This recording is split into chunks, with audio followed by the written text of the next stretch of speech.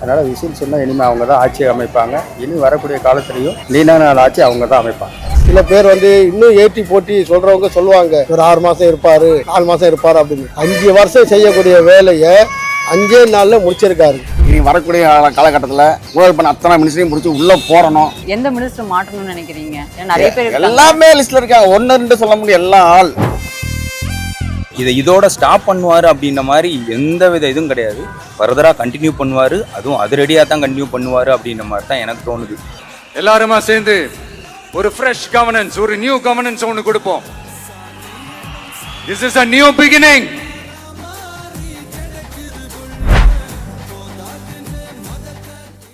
இப்போ அமைச்சரவை விரிவாக்கம் பண்ணியிருக்காங்க. அதை பற்றி என்ன நினைக்கிறீங்க? அதில் 8 தலித் அமைச்சர்கள் இருக்காங்க, 4 பெண் அமைச்சர் இருக்காங்க. அதை பற்றி என்ன நினைக்கிறீங்க?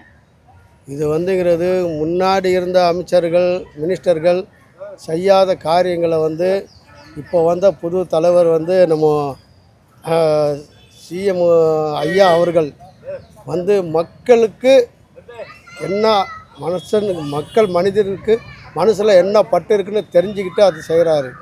இப்போது பெண்கள் ஒரு பெண்கள் ஒரு 5 மினிஸ்டருங்க வந்திருக்காங்க. தமிழ்நாடை ஆளக்கூடியது பெண்கள்னு ஒரு நம்ம ஜெயலலிதா அம்மாவுக்கு ஒரு எடுத்துக்காட்டாக இருந்துச்சு. அவங்க இரும்பு பெண்மணின்னு பேர் அவார்டு வாங்கிட்டு போனவங்க. அந்த மாதிரிங்கிறது இந்த பெண்மணிகளும் அந்த மாதிரி அவார்டு வாங்கணும்னு தமிழ்நாட்டுக்கு முக்கியமான ஒரு கோரிக்கை. இதில் சில யூடியூபில் நாங்களும் மொபைலில் பார்த்துட்டு இருக்கிறோம். லஞ்சம் ஒழிப்புதல், மது ஒழிப்புதல், இந்த மாதிரி காரியங்களை மக்களுங்களுக்கு ரொம்ப பிடிச்சிருக்கு. இதில் நாங்கள் சின்ன சின்ன தவறு செய்கிறவங்க நாங்களாம் திருந்துறதுக்கு ரொம்ப வாய்ப்பு இருக்குது. பெற்றவங்க சொல்லி திருந்தாத சொல்லுகள் மினிஸ்டர் ஐயா மூலியமாக நாங்கள் வாய்ப்புகள் திருந்துறதுக்கு வாய்ப்புகள் இருக்குது. இப்போ ஒயின் ஷாப்பு முக்கால்வாசி இல்லாதனால நாங்கள் கொஞ்சம் அதையும் கண்ட்ரோல் ஆகிட்டு வந்துட்டு இருக்கோம். இதை சில பேர் இன்னும் ஏற்றி போட்டி சொல்கிறவங்க சொல்லுவாங்க, ஒரு 6 மாதம் இருப்பார், 4 மாதம் இருப்பார் அப்படின்னு. 5 வருஷம் செய்யக்கூடிய வேலையை 5 நாளில் முடிச்சிருக்காரு. நேற்று அமைச்சரவை விரிவாக்கம் நடந்திருக்கு. 4 பெண்கள், 8 தலித் அமைச்சர்கள் அப்படின்னு சொல்லிட்டு ஒரு நல்ல முன்னேற்றமாக தெரியுது. இதை எப்படி பார்க்குறீங்க? நல்ல விஷயம்தான். ஏன்னா அமைச்சரவை பதவியில் இந்த திமுகவில் எத்தனையோ வருஷ காலமாக இருந்து பதவியே கிடைக்காத ரொம்ப வெறுத்து போய் தான் இன்றைக்கி நமக்கு விஜய் அவர்களுடைய விசில் சின்னத்தில் இன்றைக்கி போட்டிட்டு வெற்றி பெற்றவங்களை விட இவங்களுக்கு விஜய் ரொம்ப விரும்பி தான் கொடுத்துருக்கிறாரு. இதே மாதிரி நல்ல ஒரு ஆட்சி இவங்க பண்ணுவாங்கன்னு நம்ம முழு நம்பிக்கையில் இருக்கிறோம். அதனால் இன்னும் சில பேர் பதவிகள் மினிஸ்டர்களுக்கு எம்எல்ஏகளுக்கு கொடுக்காத இருக்கிறாங்க. மதுரை மத்திய தொகுதியெல்லாம் அது கொடுப்பாருன்னு நாங்கள் ரொம்ப ஆவலோடு எதிர்பார்த்துட்ருக்கோம். ஏன்னா அவங்களாம் நம்ம விஜய் கட்சிக்காக ரொம்ப உழைச்சவங்க, முஸ்லீமுக்காக ரொம்ப சிந்தனை வைத்தது, மதப்பாற்று எந்த ஒரு இது இல்லாமல் நல்லா உழைச்சவங்க. அதனால் விசில் சொன்னால் இனிமேல் அவங்க தான் ஆட்சி அமைப்பாங்க. இனி வரக்கூடிய காலத்துலேயும் நீண்ட நாள் ஆட்சி அவங்க தான் அமைப்பாங்க. இதுவரையும் அவர் சீஃப் மினிஸ்டர் ஆன பிறகு நிறைய அறிவிப்புகள் கொடுத்துருக்காரு. அதில் எது உங்களுக்கு ரொம்ப பிடிச்சிருந்தது? இப்போ சவுக்கு ரிலீஸ் பண்ணுறது ரொம்ப அருமையான செயல், சூப்பராக பிடிச்சிருக்குது. இனி வரக்கூடிய காலகட்டத்தில் இந்த ஊழல் பண்ண அத்தனை மினிஸ்டரையும் பிடிச்சி உள்ளே போடணும். பணத்தை பூரா ரிமூவ் பண்ணணும், அதாவது எடுக்கணும், திருப்பி கவர்மெண்ட் கஜானாவுக்கு எடுக்கணும். ரொம்ப ஆசை செய்வாரான்னு பார்ப்போம். ஓகே, எந்த மினிஸ்டர் மாற்றணும்னு நினைக்கிறீங்க?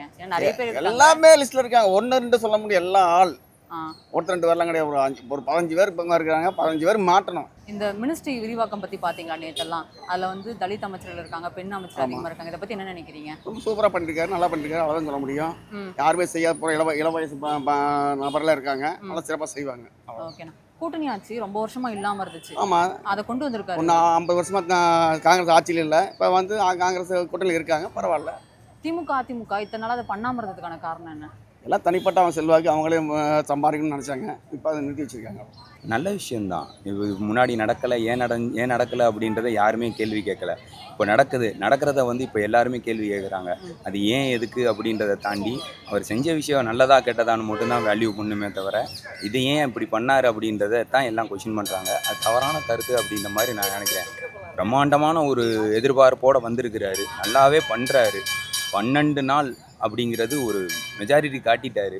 முந்தி உள்ள கவர்மெண்ட்டை விட இப்போ உள்ள கவர்மெண்ட் என்ன பண்ணுது அப்படின்னு மட்டும் தான் பார்க்கணுமே தவிர அவங்க ஏன் பண்ணலை, இவங்க ஏன் எதுக்கு பண்ணுறாங்க அப்படின்றதெல்லாம் ஆராய்ச்சியே பண்ணக்கூடாது அப்படின்னு தான் என்னோட கருத்தாக இருக்குது. ஓகேண்ணா.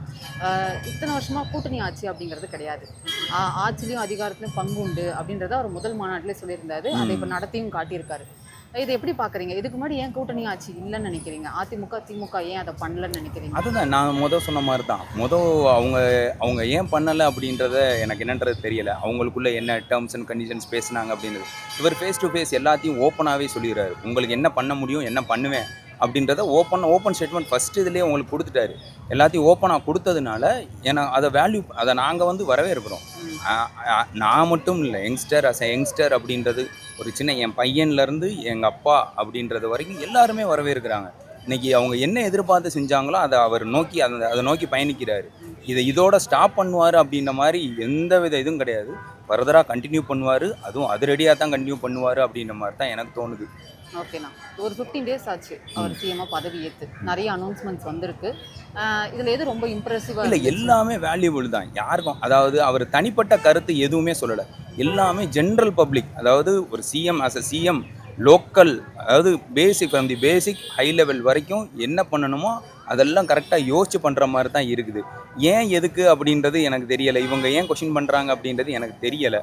ஆனால் கரெக்டாக இருக்குது என்னை பொறுத்த வரைக்கும். ஏன்னா 15 டேஸ்லேயே இவ்வளோ தூரம் பண்ணுறாங்க அப்படிங்கிறதுல இன்னும் வரப்போக இன்னும் அவர் ஸ்டடி ஆவார் அப்படின்ற மாதிரி தான் எனக்கு தோணுது. எல்லாரும் எதிர்த்த மாதிரி நீங்கள் ஒரு சில விஷயங்கள்லாம் திருத்தங்கள் கொண்டு வர்றீங்க. அது நல்லா வரவேற்கத்தக்கது. சிலவங்க உங்களுக்கு ஆதரவு தெரிவிக்கிறோம்ன்ற பேரில் 12 மணிக்கு திறக்கிற கடையை 10 மணி 10:30 மணிக்கு ஃபோட்டோ எடுத்து கடையை அடைச்சிட்டாங்கன்னு சொல்லி தவறான தகவலை பரப்புகிறாங்க. அதே கடையை 12 மணிக்கு திறக்கும்போது இன்னொருத்தவங்க இன்ஸ்டாகிராமில் ஃபோட்டோ எடுத்து இவங்க விளம்பரம் பண்ணுறாங்கன்னு சொல்கிறாங்க. இந்த ரீல்ஸில் வர்ற உண்மைத்தன்மைகள் இதை எல்லாத்தையும் கொஞ்சம் ஆராய்ச்சி பண்ணிக்கிட்டே இருங்க. ஐடி இங்கே வச்சு 2003க்கு முன்னாடி உள்ளவங்கள நிறையா பேருக்கு போக்குவரத்து துறை ஊழியர்களுக்கு பென்ஷன் இன்னும் கிடைக்காம எவ்வளோ பேர் இருக்காங்க. அவங்களுக்கு கிடைக்க வேண்டிய பென்ஷனு, பிஎஃப், கிராஜுவிட்டி எல்லாத்தையும் கிடைக்கிறதுக்கான வழிகளை செய்யணும். போக்குவரத்து துறையை நஷ்டத்திலேருந்து மீட்கணும். இப்படி ஒவ்வொரு அரசு துறையும், தமிழ்நாட்டுடைய அரசு துறையும் நஷ்டத்திலேருந்து மீட்டு நீங்கள் ஒரு பொருளாதார குழுவை வச்சு போன பீரியடில் ரகுராம் ராஜனை முன்னாள் ரிசர்வ் வங்கி கவர்னர் ரகுராம் ராஜனை பொருளாதார ஆலோசகராக வச்சுருந்தாங்களே தவிர அவர் என்ன வேலை பார்த்தாருன்னு இது வரைக்கும் யாருக்குமே தெரியலை. அது என்ன வேலை பார்த்தாருன்னு அதுக்கு ஒரு வெள்ளை அறிக்கை விடும். அவருக்கான சம்பளம் தமிழக அரசுலேருந்து அவரை மாதிரி சில ஆலோசகர்களுக்கு மாதம் 5 வருஷம் சம்பளம் போயிருக்கே தவிர அவங்க என்ன வேலை பார்த்தாங்கன்னு இது வரைக்கும் எந்த விதமான தகவலுமே கிடையாது. அதனால் நீங்கள் அந்த தவறை செய்யாமல் பொதுத்துறை நிறுவனம் மீட்டு கொண்டு வரணும்.